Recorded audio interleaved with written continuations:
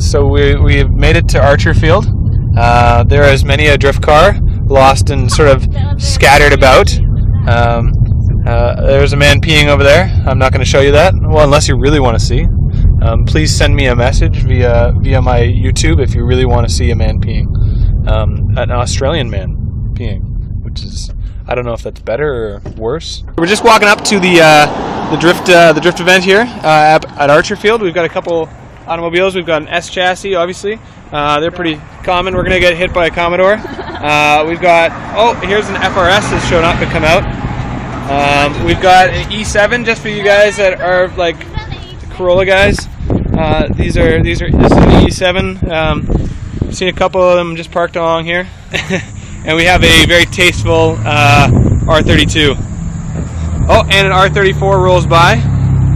People are coming out to take a look at the drifting. You can kind of hear the cars going now. Pretty excited. Let's get up there. So we have an E7 here. It's specifically an Australian spec E7 because it's got the actual Australian nose. And most people hate these noses, but I just like them because I just haven't seen them before. That's actually my first one I've seen, so you witnessed that with me.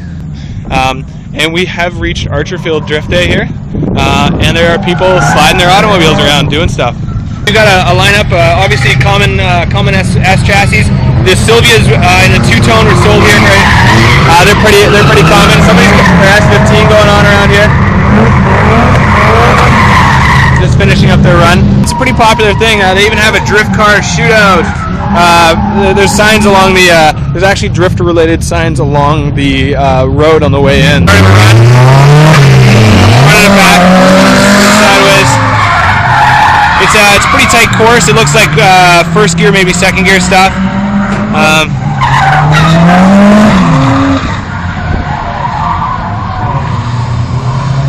Yeah, that's got to be first gear down there. Like it's just. Oh, and the R33 spins out. We've got a fairly new Holden here as well. I'm interested to see how he does. It's a pretty big car, but I guess not much bigger than the R33. Yeah, I don't know if you can hear this. You probably can't. Apparently, I'm a drift entry. Yeah.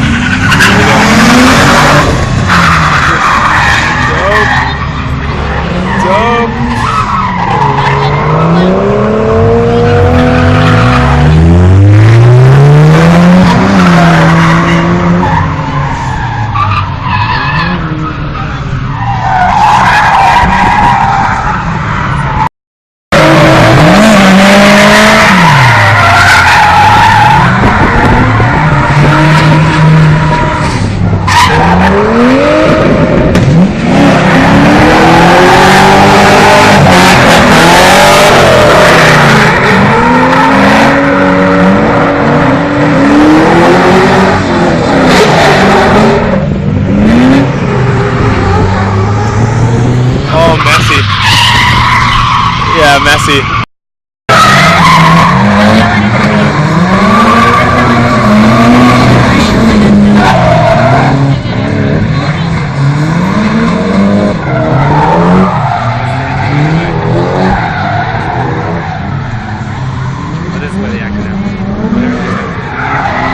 They're doing a pretty good job of it here.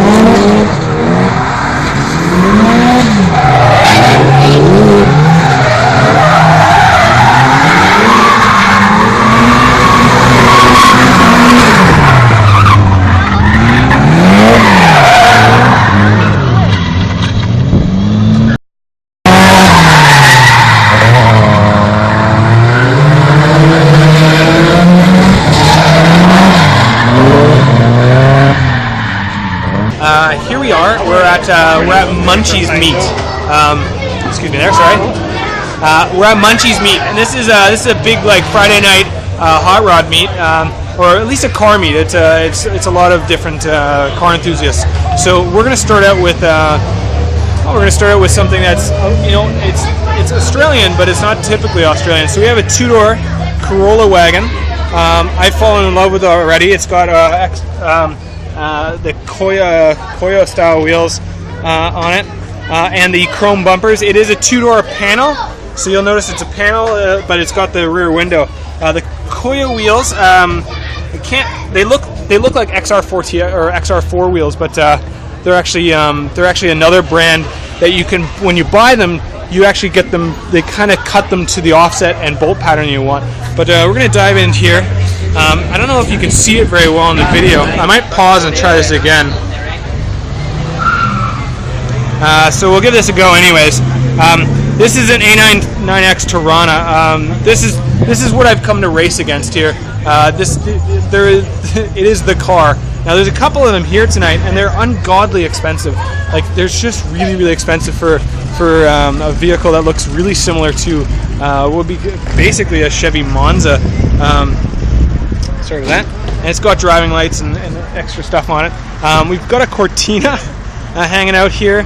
And actually a lot of left-hand drive American cars out today as well, which is pretty cool.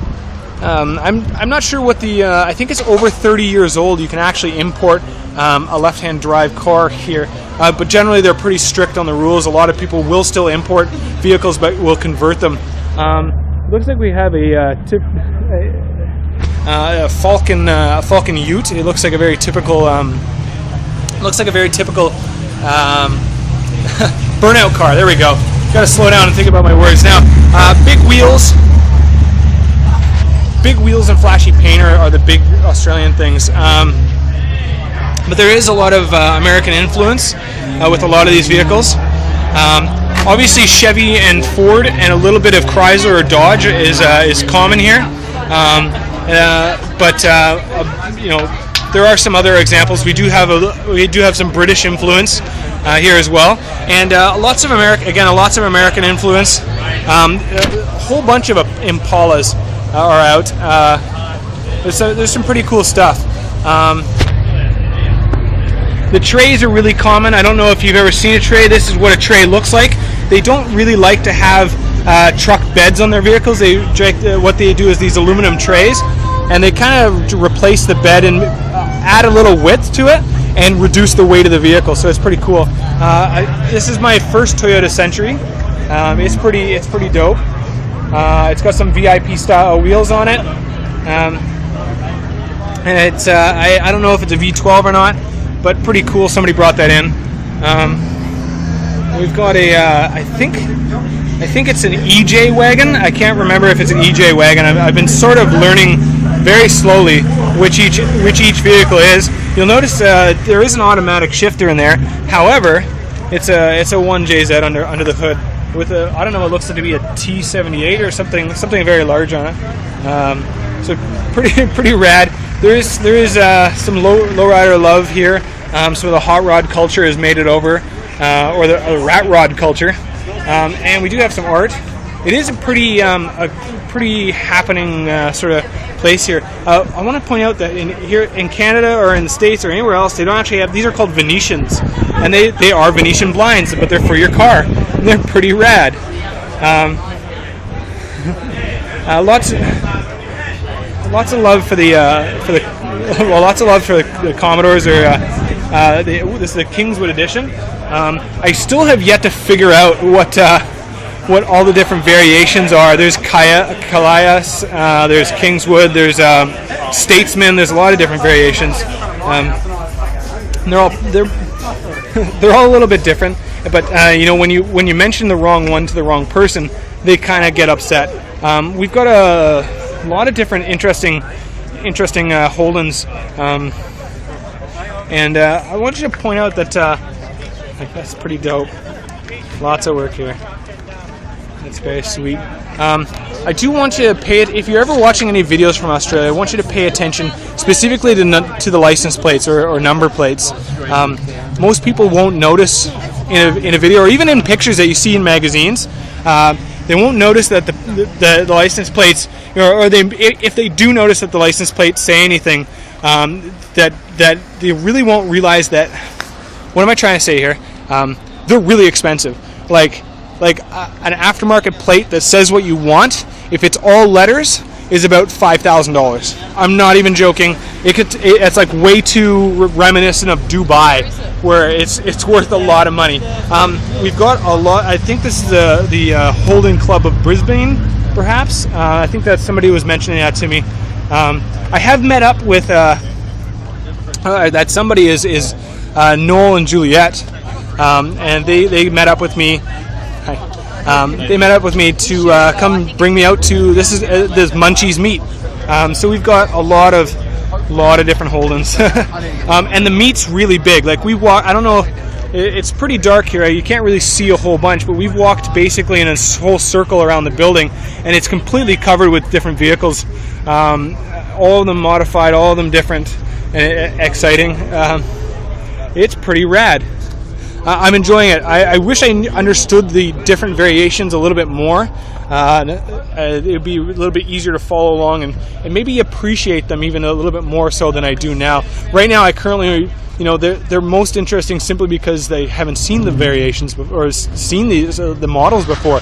But knowing the different types will even help that. The biggest thing is, as a non-Australian, and it's kind of offensive to say that a lot of the Holdens look very similar to the Fords. They were trying to compete together, but it's pretty sweet. So we got a Porsche over there. It looks to be a 930 turbo. Yeah.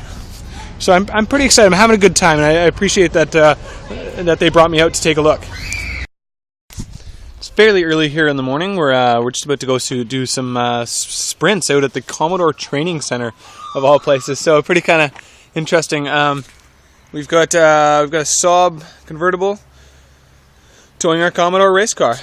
Noel Preston is the fellow who's been teaching me a little bit about some of the local stuff here. So pretty excited about that. And this is his company, Preston Heavy Haulage.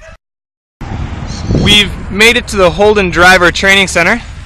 It's just outside of Brisbane. It looks to be like it's going to be an interesting race day.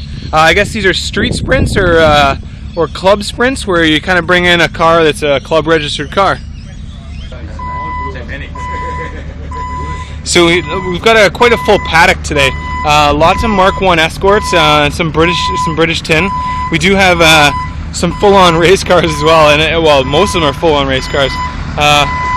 Lots of different variations and variety. We've got an RX-2 over there. We've got a Gemini cut into a Ute here. Lots of love for Queensland here. Looks like a Formula 3 or Formula 4 kart. We do have a full-on wide-body Porsche. There's Noel's car.